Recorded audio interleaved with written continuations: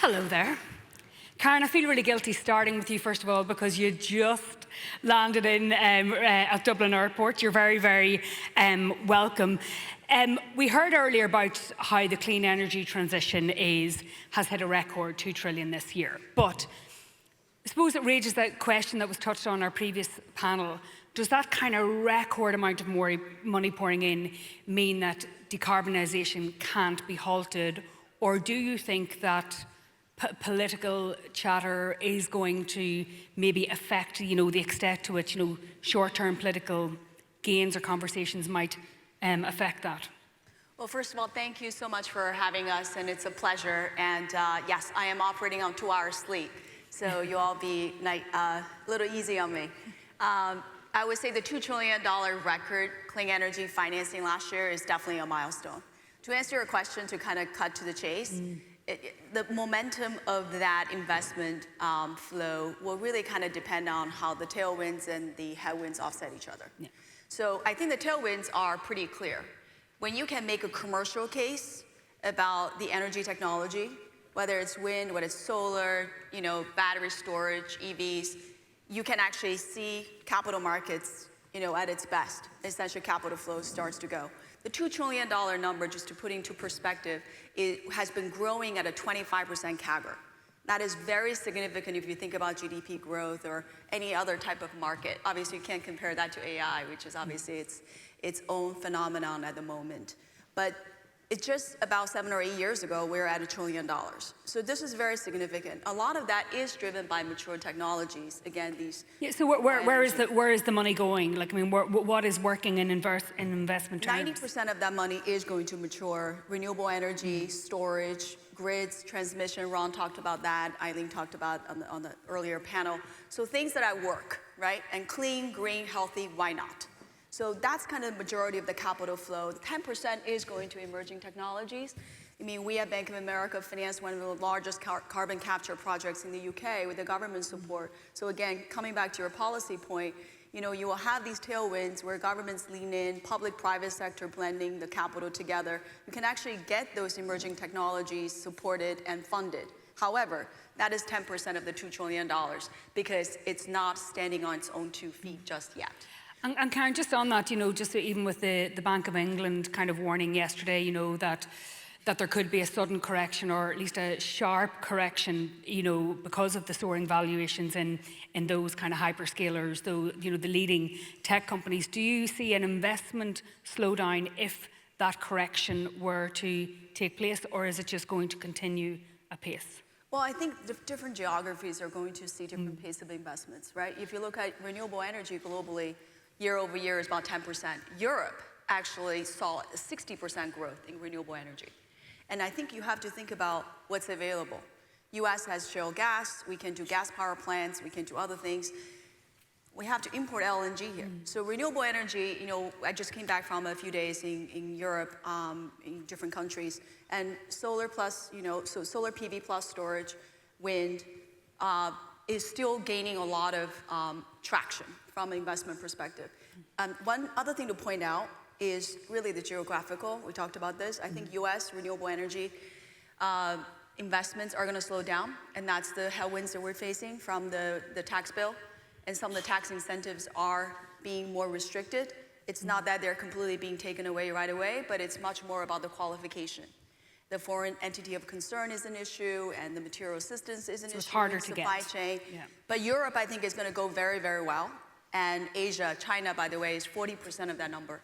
China last year invested over $800 billion in clean energy. Yeah. US and EU 27 was only 35%, $700 billion in combination. So I think you can see the geographical and the technology differences. I just want to ask my colleagues in tech, will you throw the clock on for me, because I have a tendency of forgetting about the time. That would be great. Jim, for reasons of geopolitics and a lot of other different factors, including, and it was touched on in the earlier panel, the kind of so-called war on environmentalism. You're looking at, overcapacity-led kind of wars in China, just happening at the minute. For you, how challenged is the market just now? What are the biggest questions, in your view, that are facing investors? So I think the biggest challenge is that we're not transitioning at anything like the pace we need to keep the temperature limit at even 2 degrees centigrade, never mind 1.5 degrees. And by the way, I should caveat, I am actually great fun on a night out, okay? Yeah. But that may not come through with some of my observations today. Yeah, and there's plenty of people to give evidence of that in the room as well. But the we've lots of fun built into later on. But it is a big challenge, and I think in the current environment, I think you have a real problem with getting to solutions which really now have to come at a system level, whether that's regional or country, nation, state level. But let's dig into that though just a little bit, Jim, because is that just because, is it sort of like an Augustinian make us chase but not just yet, or is it just still that there is just so much power in the fossil fuel lobby and still a huge resistance despite all of the talk? So the fossil fuel industry has been through a phenomenal journey since the late 90s. The late 90s was all about let's tolerate this, let's put it on our marketing brochure and literature and not resist it in any dramatic way. That shifted as it became real in the sort of early 2000s. And I think really in the last 5 years, it's become a material resistant. And it's not just the fossil fuel industry, it's the industries that use fossil fuel and are going to be really hard to transition. And the challenge is the debate and discussion around the challenge of transition and the cost of transition is not taken in the context of what if we don't change. And the reality is the cost of not changing is growing with every year. And that's going to become a massive political issue. And we talk about migration, it came up on the last panel. But if you think migration is bad today, just give it another 10 or 15 years when large tracts of the world become unlivable because of temperature change. And especially when the global south is doing the burden of that. Yeah, so the question then is who bears that cost? And we have governments with their exchequer balances and their levels of debt in a way that they don't have that sort of absorption capacity. And so what I would say to you is the current environment is not good because that resistance, particularly in political systems which allow money to flow into them, like the United States, are now very aggressively pushing back against transition. And ultimately, as a global common good, it requires a degree of cooperation that is evaporating. Now, to Karen's point, the economics have changed dramatically with the mature technology, so frankly, it's often a green discount rather than a green premium. But for a lot of the more difficult areas, it will require subsidy intervention. The only reason we have cheap solar is because of China, Germany, and Spain back in the first decade of this century, making massive investments when it wasn't cost effective. But again, the optimist says we'll get there, but I think it's going to be a very difficult 5 to 10 years. So is the question then, if to deploy as well as where to deploy for investors, given that climate that you've described? So I think it's a challenging space for investors.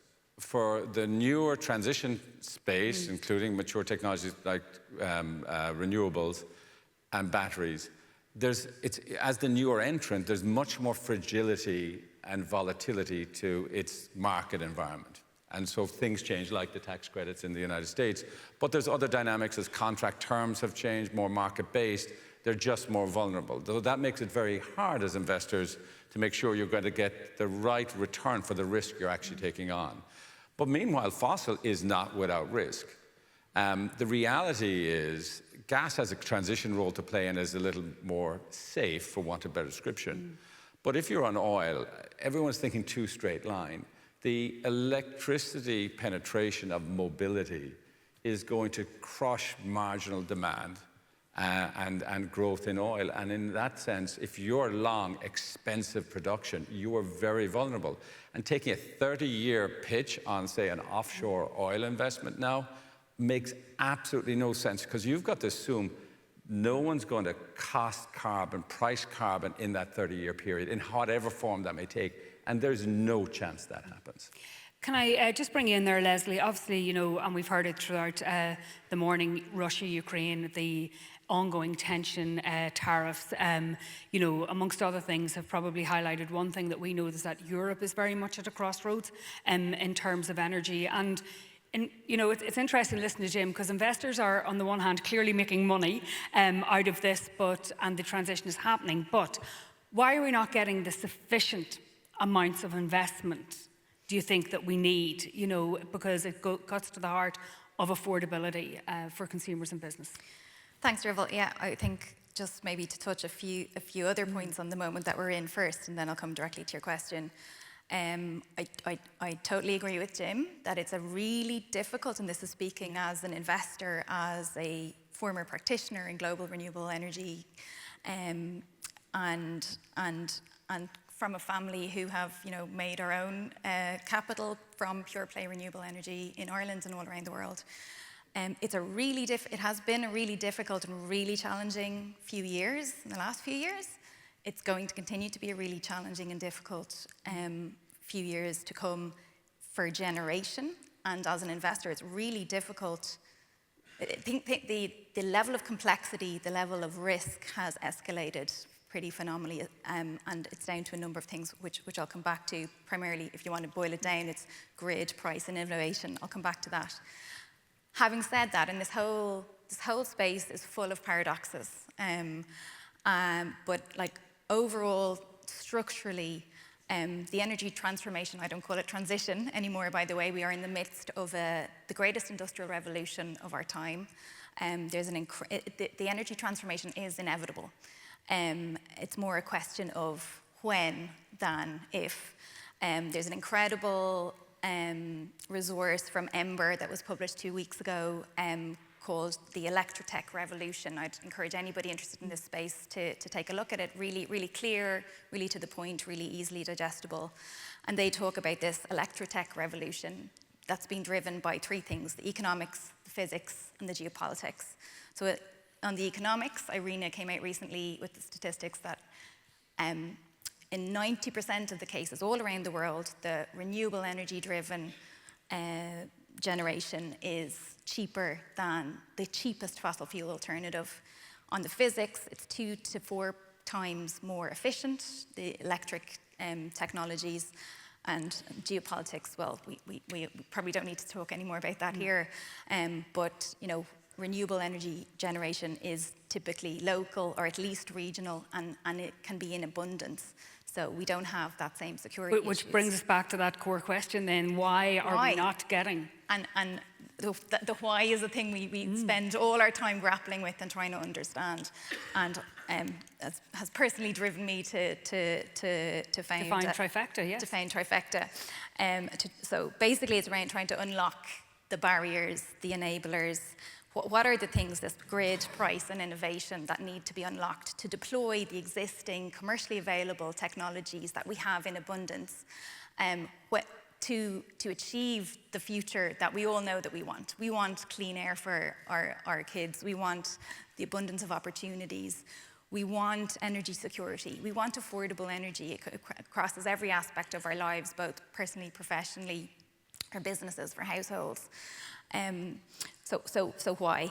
And Jim's absolutely right that the investment is lagging at probably 3 times where it should be, if not more. And that window to change, that planetary boundary, it's a physical constraint, is closing rapidly. So there's a great quote: the future is already here, it's just unevenly distributed. The solutions are out there and they need to be brought together, and we can come back to that again later. But really, in terms of grid, look, that's the route to market, the physical route to market. And unlike the rate of escalation of renewable energy generation, in particular solar, we haven't had the rollout of the physical route to market at the pace that we need to enable the facility to bring that energy to market. We need, if countries have NDCs, if they have targets, let's say, not plans, there are not many real plans, we need anticipatory investment that fits those future states, because we know grids take 10 years, 15 years for single transmission lines. We have to bake that in. We have to find ways to crash that. We can use the intentional application of AI as the productivity multiplier should be applied to these problems. how do we crash the schedule for the things that we need to do to enable the technologies that we know work and that are more cost effective and that will get us to where we need to go. So grid is a whole area, and really that's probably the main one. But then there's the price, there's the volatility, that adds, you know, layers of extra costs that is socialized to you. And I want to come back to the grid later on, but I just want to hone in on, you know, the earlier panel was talking about how, Jim, these are long-term investments. You know, in nature, obviously, you've got that political uncertainty, policy uncertainty, including with sovereigns. But one of the things that you cannot do is secure debt without insurance. And happily, you are in the middle of establishing a global insurance business. But how significant a risk is insurance for the market? Like, will that have broader, you know, kind of, I don't know, implications or consequences for the global financial system? So I'm not sure I'd use happily, but definitely I'm trying to stand up a global insurance business. So there's two sides to that. The first is, I think, potentially could become the canary in the coal mine around the real challenge of climate, which is general property insurance. Fires, everything. I'll give you an example of California. So in California, they've rated pricing on their property, but the wildfires in January, you had huge tracts of LA had insurance withdrawn. They had a regulated system where you could go to the state, it was called FAIR, to get insurance. That was not capped, tended to be higher. Some people paid multiples of what they had paid to get insurance, others didn't. That entity had a balance sheet of a few $1 billion and another $4 or $5 billion of reinsurance wiped out in January. And then because it can't go bust, it levies the industry with a fee to plug the gap. I'm about 6 months out of date. That was already at $3 or $4 billion. So even though insurers had withdrawn capacity from the market, they still got caught at the back end with the levy.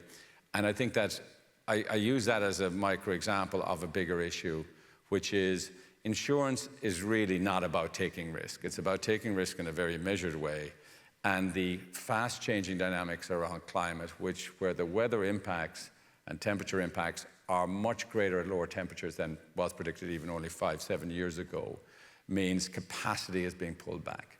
You pull back insurance, property insurance capacity at scale, you can't finance your assets. You can't finance your assets, you won't have liquidity in the assets. And so I think we're going to see this become more and more of an issue. And again, governments won't have the capacity to step in and plug that gap.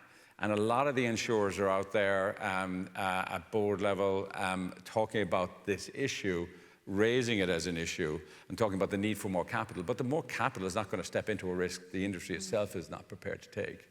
So that's one side of it, and I think that's going to be one to watch as you're looking for impact of climate change. The second is what I'm working on, which is to take risks in the newer areas, typically of transition, where the risks are preventing the banks from lending money. And the peak of that mountain on the far side of the valley of death with new technologies in particular in transition is non-recourse project finance or senior debt from banks and institutions. And so that's recourse only to a project, and therefore that project has to have very low levels of risk. But whether it's technology performance, whether it's price risk, whether it's credit quality risk, whether it's volume risk, there's real risks in renewable and other energy transition projects that are preventing the banks and institutions from lending. So what we're looking to do in Green Re is step into that gap with risk solutions, for want of a better description, to stand behind, for example, warranties of new technologies, where we've got the expertise or working with underwriters who have the expertise to really assess those risks accurately and put effectively an investment grade insurance contract. And Karen, you're nodding furiously there, because we know of that that 2 trillion kind of record that 90%, 9 out of 10 relates to mature assets, and we know that those new and emerging technologies that Jim is talking about, they require new and significant capex. So I suppose two maybe related questions. One, do you agree with Jim that insurance is going to be needed? And since you were last year, your your mandate, your role has increased, and you're looking at these hyperscalers and these mega projects.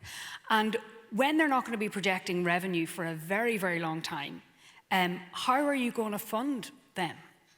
Well, so first of all, I agree with Jim. I think for the emerging technologies to grow in size, we need to have technology insurance and performance delivery insurance. Because take advanced geothermal, for example, take nuclear, for example. Banks have not been funding these on non-recourse project finance basis, which is frankly what you need for a very CapEx-intensive project, right? Companies cannot dilute themselves to the point of no return and use equity to fund these projects. It's impossible.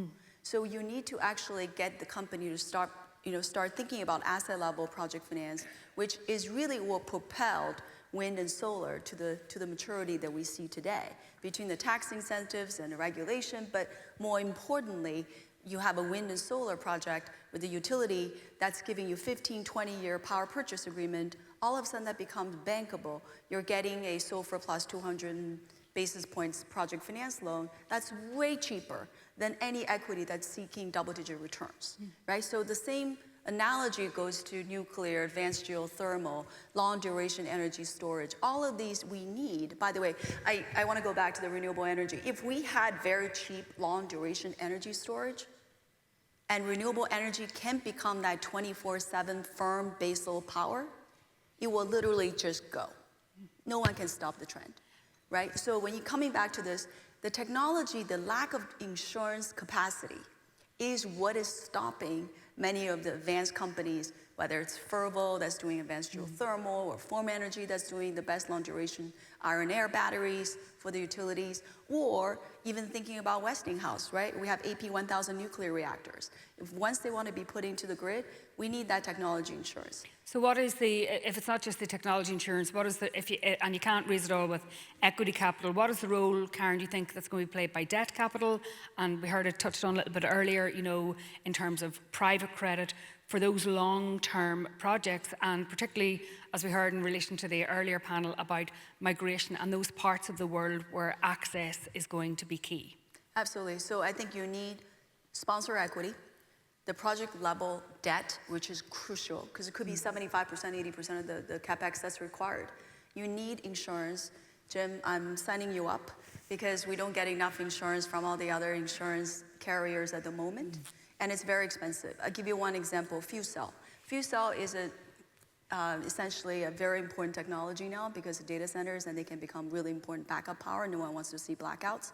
That insurance cost 5% upfront 5 years ago.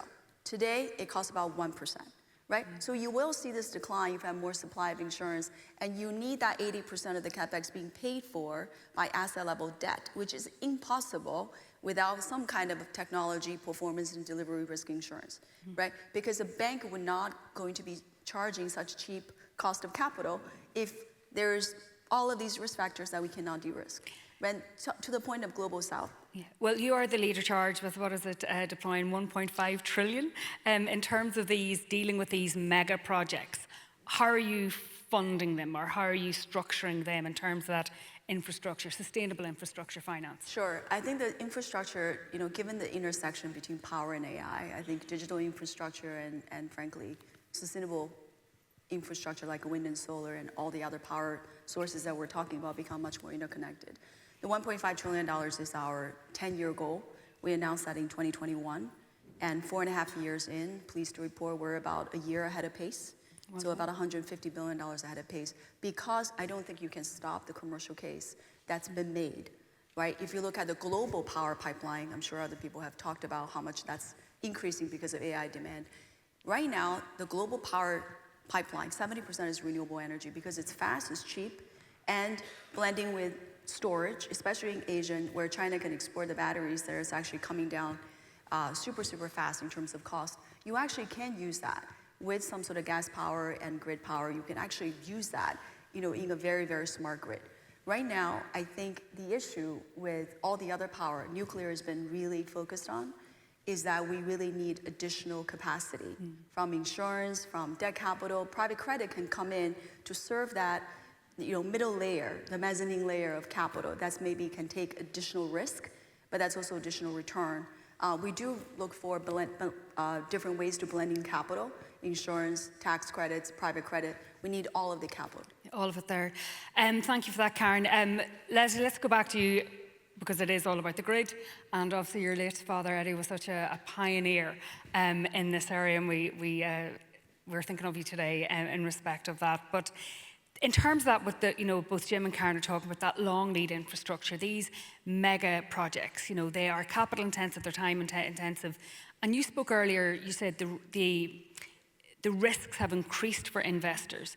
So is it an investor problem or a market problem? Are the markets themselves fit for purpose in meeting the challenge of the kind of energy needs that we have? That's a great question, Dearbhail, and anyone who knows me will know I use the phrase fit for purpose quite a lot when it comes to all of this. And you're right. Look, I mean, the fact of the matter is everything to do with our energy system was designed during and for the fossil fuel era. It was not designed for the renewable energy-based present and future that we all want and that we are trying to transform and transition towards. And what we have been doing up till now has been to try to increment from what we're trying to leave, instead of maybe reimagining what's required for the future that we all want and working backwards to go, okay, how do we bridge from where we are to there? You can't transform through incrementalism, and that's what we've been trying to do. So that's kind of fundamentally the challenge that we're facing, the challenge that we need to step back from and try to resolve. So what would change? Because when you talk about the supergrid, and like even just it's a series of grids, it's a series of supergrids, and that has all sorts of challenges, not just in terms of affordability, but also energy security. So what needs to change for investors and for the market, in your view, to accelerate the transformation you describe? Yeah. So when we talk about major changes, we probably should kind of break it down into three different time horizons. We've got resolving the immediate triage, kind of acute problems that we have now of energy security, affordability, competitiveness in the European context. And then the really transformative stuff, which is the major mega program of mega projects. For anybody who isn't familiar with the supergrid concept, it's essentially a mega program of major transmission infrastructure, that a meshed interconnection across all of Europe to realize a single European energy market, and the free flow, a fifth freedom in Europe, the free flow of electrons. And it would be resilient to be meshed, so it would address this energy security piece. It would enable, to your point, Karen, about firm power, right across Europe, but also in smaller geographical areas. We see time and time again the complementarity between wind and solar generation. The generation profiles when it comes to seasonality are completely complementary. You see that within, something was produced in the UK just this week to show how wind and solar are very complementary across. Someone mentioned Chile earlier, extremely complementary there too. So the whole concept behind the supergrid was to, if you like, throw a large enough web across all of Europe to capture the generation where it is being generated. We have an abundance of renewable energy resource across the continent. So captured at a place in time and space, and distributed to where it is needed, where the demand centers are, in a moment. If you like, it's the internet for electrons. But obviously that's a major infrastructural program of projects, and will take 10, 20, 25 years to build out. And what that needs is top-down planning. And what we don't have today is the organizational structure in Europe that is able and enabled and empowered to do that top-down planning. And why does it need to be top-down? Because you don't get the synergies, you don't get the cost effectiveness, you don't get the challenge to deploy the best available innovative grid technologies, for example. But now, then, so that's the transformative piece.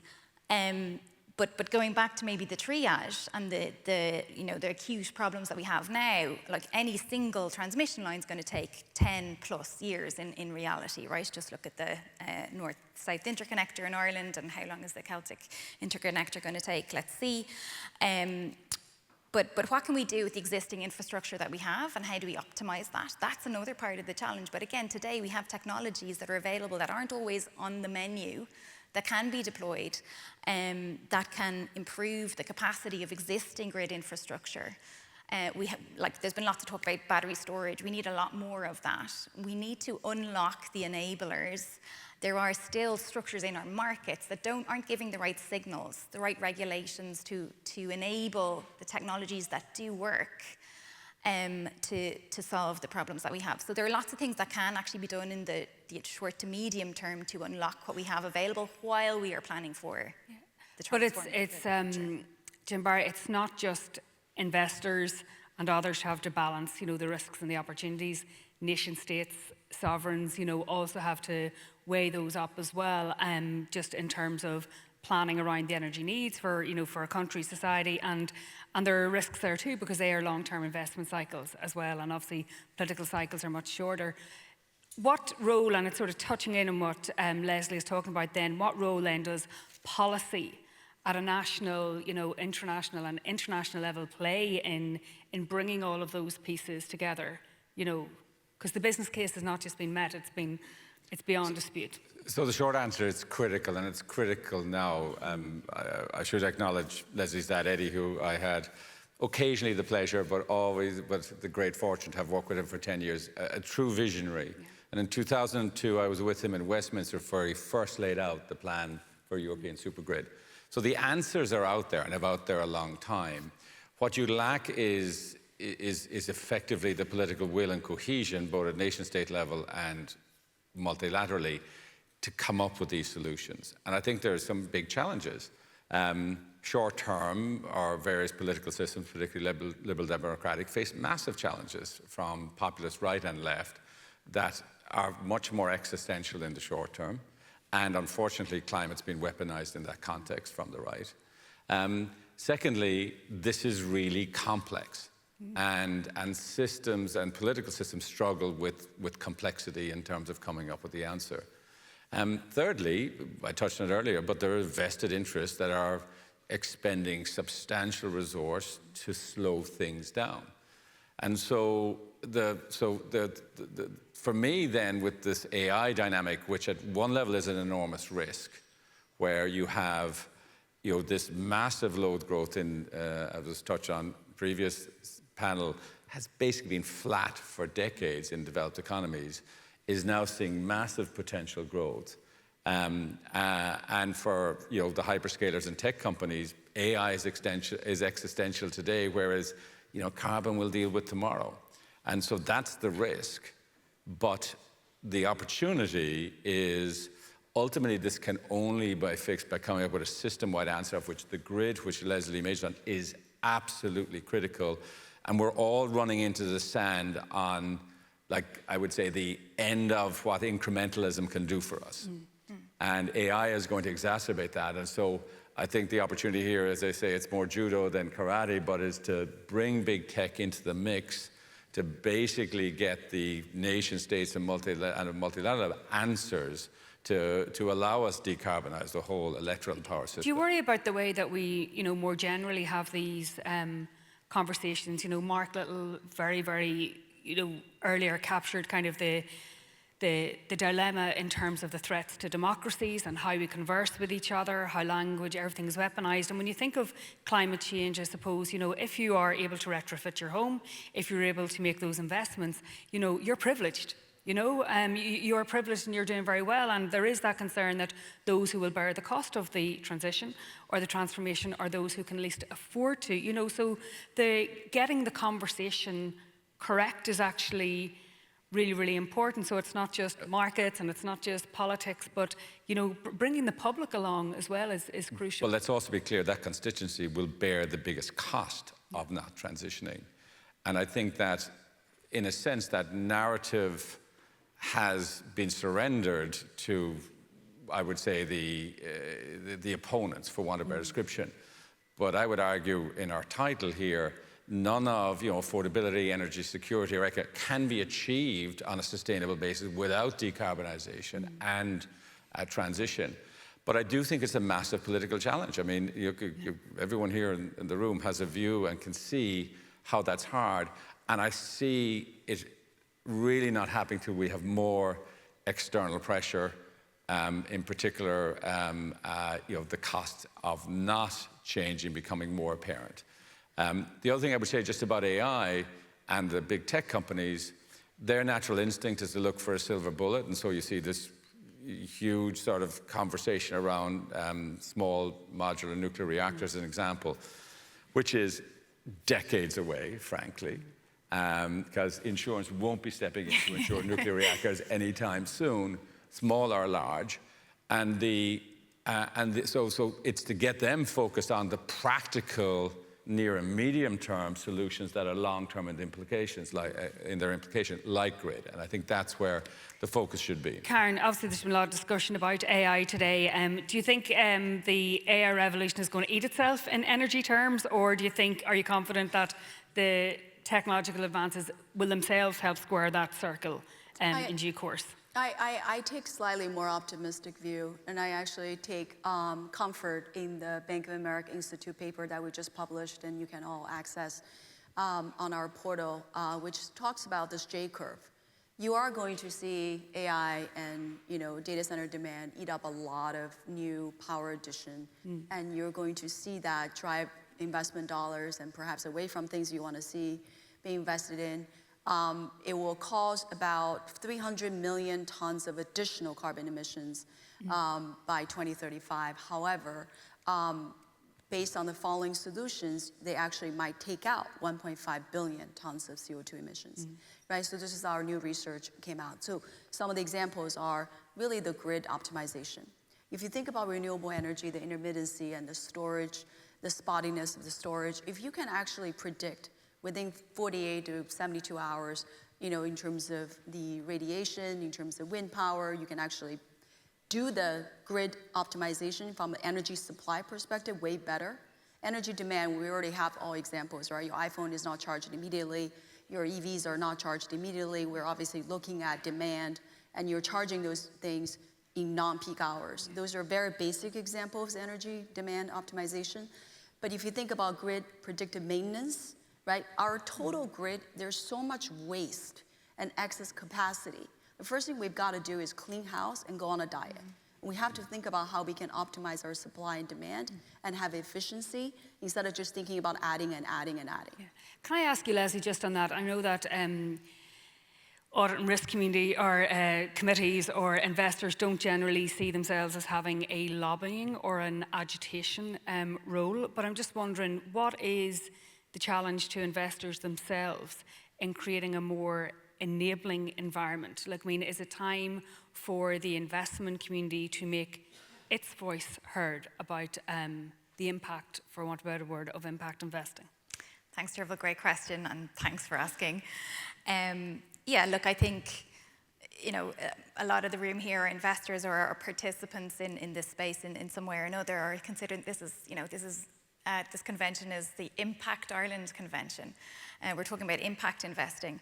And probably, it's probably fair to say that in the investment community, collaboration and collaborating for policy changes may not be within the comfort zone of the typical investor, or generally in that wheelhouse.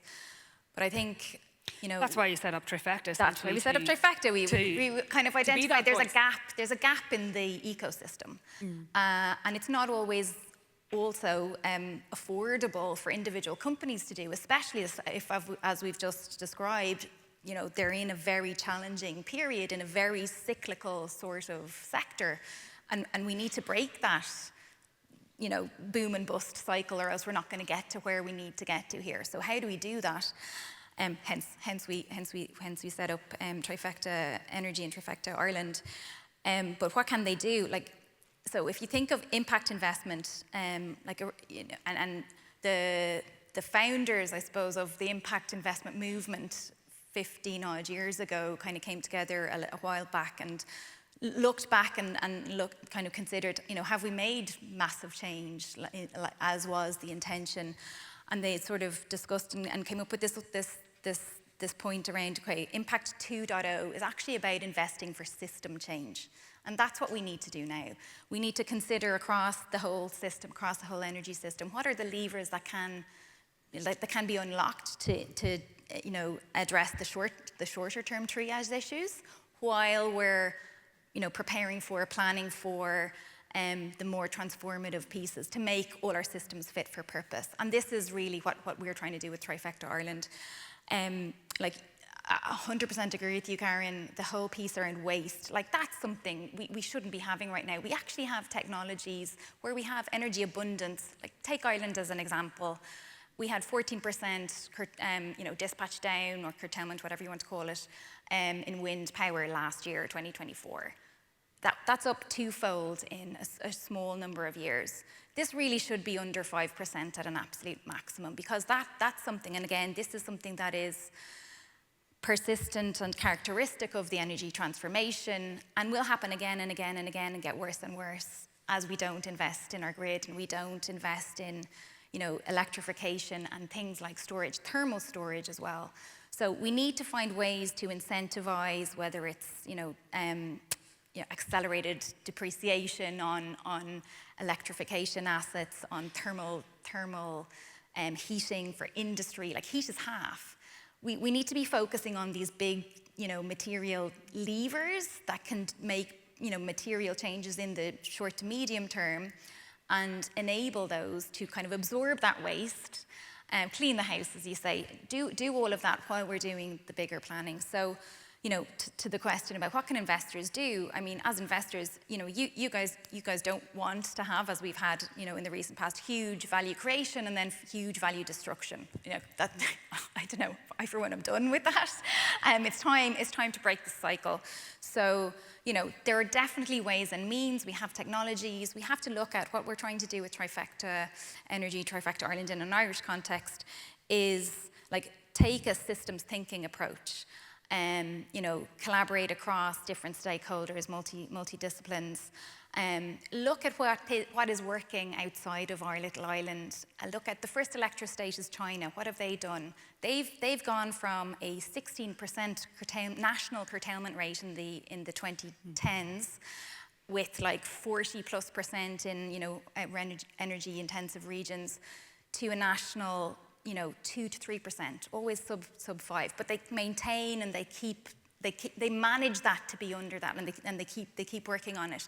They've done that not by one solution, but a whole jigsaw of solutions. And we need to learn from that and bring that. And Jim, that's tricky to get, because it seems that kind of since we first had Ardna Crusher, we've been looking for the next Ardna Crusher in terms of that big leap forward. And we've just had our budget here in Ireland very much billed as an infrastructure budget, a housing budget. But when you start looking into the population needs, we're going to be back finally at pre-famine levels of population probably by 2040, if not earlier. So we have big demands in terms of water, in terms of housing, in terms of all of the infrastructure that goes with it. So what should investors, maybe even just focus on the island of Ireland for now, what should they be doing or thinking about now to help be part of that leap forward that we need?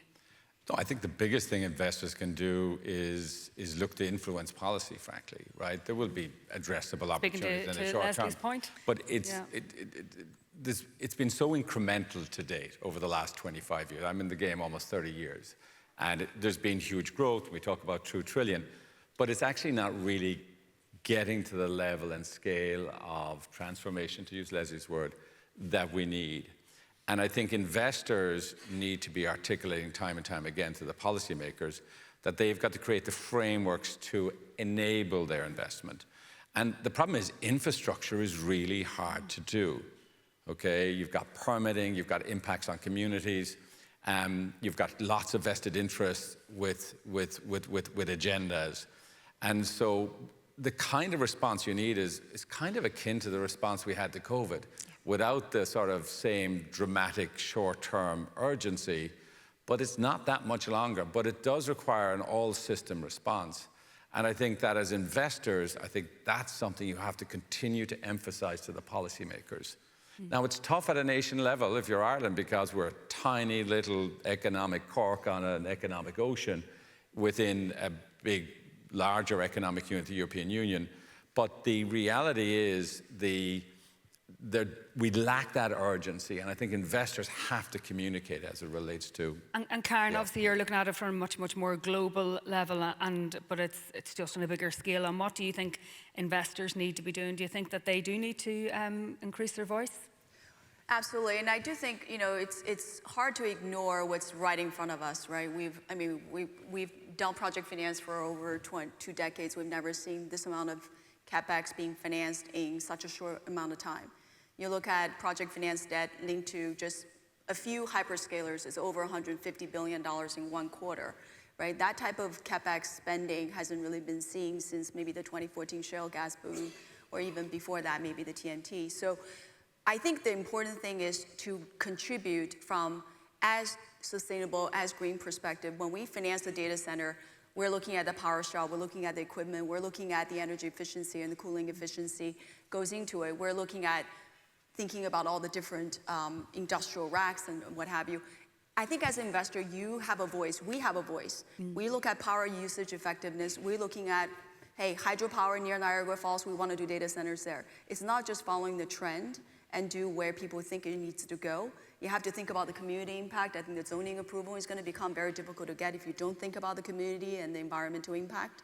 But it's hard as an investor to sit out of this boom when you're looking at the power plus the chips, plus the shell. That's the computing power. Everyone wants the computing power because eventually, after you go through the dip, I do think there is brighter future ahead.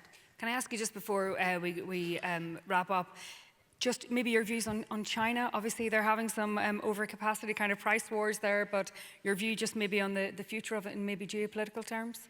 Well, I wish we could actually use the cheaper technologies there, whether it's storage or EV or what have you, because the transition or transformation would be a lot cheaper, right? Because I do think you don't have to convince people when you do solar plus storage, it's actually 20% cheaper on your utility bills. Who wouldn't want to do that? And it's also cleaner and better. So we need to have more of those cases being made instead of arguing that this is the right thing to do. It just needs to be doing good and doing well. So if we can actually leverage the Chinese technologies, and whether it's minerals and whether it's storage and EVs and renewables and solar PV panels and wafers, I think we really should have a moratorium on tariffs on green.